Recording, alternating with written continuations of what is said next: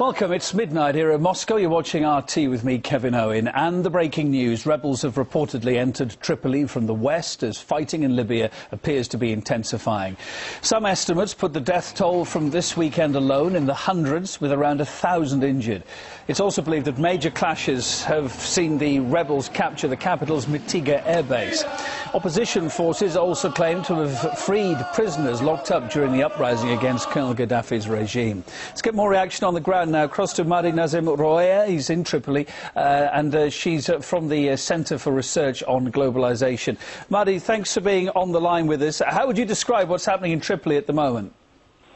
There are targeted attacks, Kevin. They're specifically targeting the areas where international journalists are to feed panic here. NATO has done all the heavy work. This is a NATO war.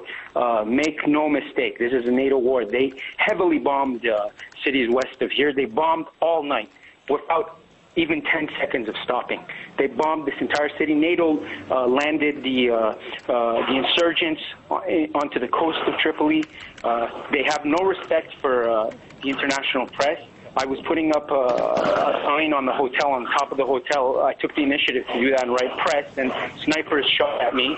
I implore, I beg the international community, the real international community, the international community of the people, not the governments within the NATO alliance, to stop this bloodshed and to get NATO to stop supporting this horrific attack in Tripoli. Make no mistake, this is part of the same war that is being engaged in Afghanistan, in Iraq, and in Pakistan and other parts of the world.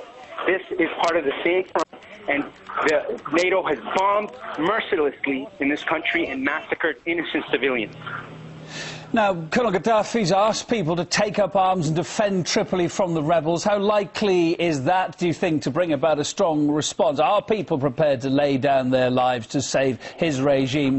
What is the strength of feeling behind him? Let me tell you, Kevin, quite frankly, that I was told right now, I can't confirm it, but I was told, and a lot of the Libyans feel happy, that people are amassing in Green Square and other parts of the city, taking up arms and ready to fight to defend this nation. I don't know how it'll play out.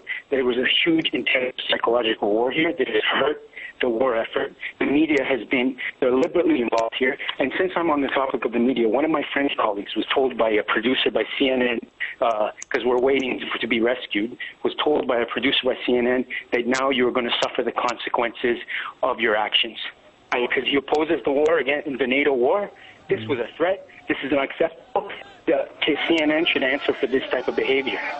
OK, well, we can't comment on what's happening on another channel, but we're taking what you say there.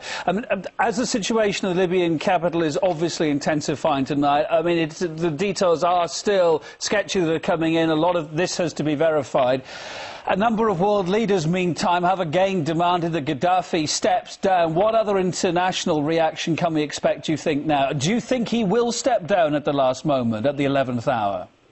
Absolutely not. He's not going to step down. Why is this war? This war is not about Colonel Gaddafi. Colonel Gaddafi is just a pretext for this war. This war has nothing to do with Colonel Gaddafi. It has to do with stealing money from the Libyan people.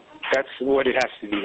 Colonel Gaddafi, it could be the Prophet Muhammad or the Prophet Jesus or the Pope that's in charge of this country. They'll still demonize him. They'll still demonize him. And I'll tell you, they have no respect for us here. NATO has to stop this war. NATO has deliberately broke the arms embargo against this country. NATO has deliberately used weapons here, the French, Qatar. Why is this going on? Where is the real international community of the people? Listen, Western Europe, the United States, Turkey, Canada are not the international community. I ask governments around the world to intervene and get this to stop, because there's going to be a bloodbath here, and this is exactly what NATO wants. Mahdi, briefly, just listening in while you were talking there, I could hear gunshot. That gunshot was coming from close to you, was it? That was coming from nearby?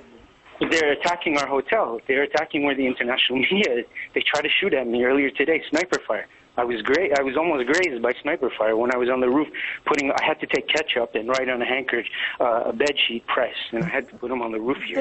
This is obviously a terribly frightening time for the residents of Tripoli. The people you've spoken to, the people you've seen around you there, what are their feelings tonight? I guess they're terribly afraid, yeah? It's mixed feelings. You know, there's a psychological process we go through. There's shock, there's denial, there's fear, and then there's resistance. and many of them children. Honestly, Kevin, I'm really sorry. This hurts me to say this. I've seen young men picking up guns to defend this country. This is not about Colonel Gaddafi. The world should realize this is not about Gaddafi, because the people on the other side in Benghazi are far worse than Colonel Gaddafi. A lot of the atrocities committed in Libya was when they were government members. By the way, Kevin, the United Nations in Geneva, when the accusations were made about the murders in the east here, the Libyan Human Rights League is directly involved in lies. This is documented. The documents will be out. And they directly lied, and 5 members of the Transitional Council were part of the Libyan Human Rights League. They subsequently became members of the Transitional Council right after these accusations were made, and there's no basis.